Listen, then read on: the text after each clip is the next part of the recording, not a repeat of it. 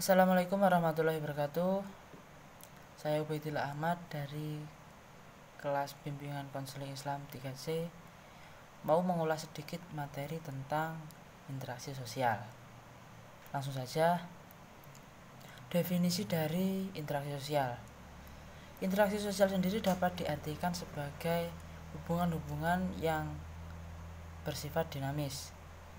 Hubungan yang dimaksud ialah hubungan yang berupa hubungan individu antar individu, kelompok dengan individu, dan kelompok dengan kelompok.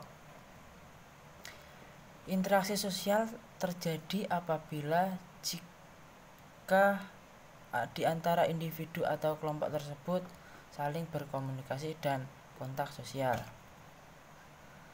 Kontak sosial sendiri merupakan tahap pertama dari terjadinya hubungan sosial, yang merupakan penyampaian suatu informasi dan pemberian reaksi terhadap informasi yang disampaikan.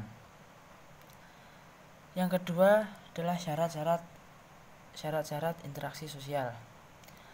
Di dalam suatu interaksi sosial terdapat dua syarat, yaitu kontak sosial dan komunikasi. Yang pertama ialah kontak sosial. Kontak sosial berasal dari bahasa Latin con atau cum dan tango, yang dimana artinya bersama-sama menyentuh. Sedangkan secara fisik, kontak baru terjadi apabila terjadi adanya hubungan secara badaniah. Akan tetapi sebagai gejala sosial, kontak sosial tidak perlu sampai menyentuh secara badaniah seperti secara fisik, melainkan cukup mengadakan berhubungan baik, semisal berbicara dengan pihak lain. Yang kedua adalah komunikasi. Komunikasi ialah pemberian tafsiran pada perilaku orang lain yang berupa ucapan, sikap, ataupun gerak terhadap perasaan yang ingin disampaikan oleh orang tersebut. Kemudian selanjutnya adalah jenis-jenis interaksi sosial. Ada 3 jenis interaksi sosial, yaitu interaksi individu dengan individu, kelompok dengan kelompok, dan individu dengan kelompok. Yang keempat adalah ciri-ciri dari interaksi sosial sendiri, yaitu adanya pelaku dengan jumlah lebih dari satu orang. Kedua, adanya komunikasi antar pelaku. 3, adanya tujuan tertentu. Tujuan tersebut terlepas dari sama atau tidaknya tujuan tersebut. Yang kelima, faktor-faktor interaksi sosial. Faktor-faktor yang mendasari adanya interaksi sosial adalah 1. Faktor imitasi, 2. Faktor sugesti, 3. Faktor identifikasi, 4. Faktor simpati.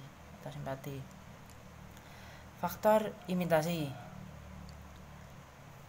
Faktor imitasi adalah proses sosial yang dimana seseorang menilai orang lain baik dari sikap, penampilan, gaya hidup, dan yang lain sebagainya.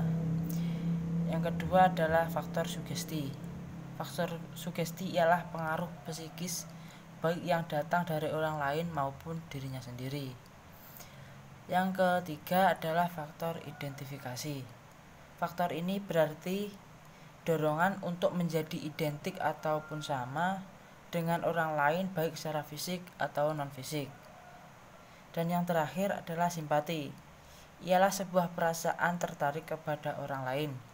Simpati ini muncul dari dalam diri, bukan atas dasar rasional, melainkan berdasarkan penelitian perasaan.